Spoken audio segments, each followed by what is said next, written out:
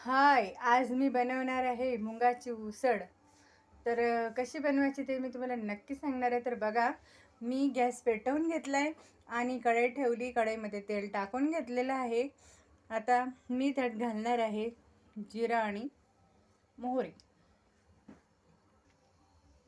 तर बघा फ्रेंड, मी पहिले मोहरी घालून घेणार आहे. त्याच्यानंतर घेणार आहे जिरं घालून. तर बघा, जिरा आणि मोहरी तडतडू देते मी. तर बघा फ्रेंड, आपले जिरा आणि मोहरी तडतडलेली आहे. आता टाकून घेणार आहे मी कांदा.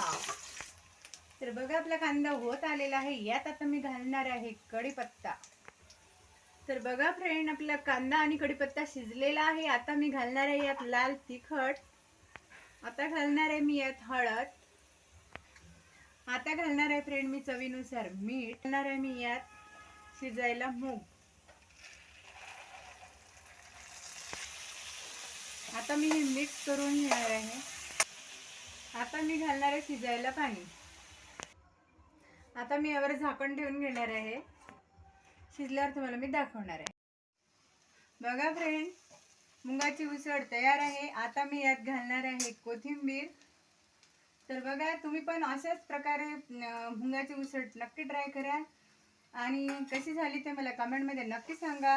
परत भेटूया पुढच्या व्हिडिओमध्ये. तोपर्यंत बाय.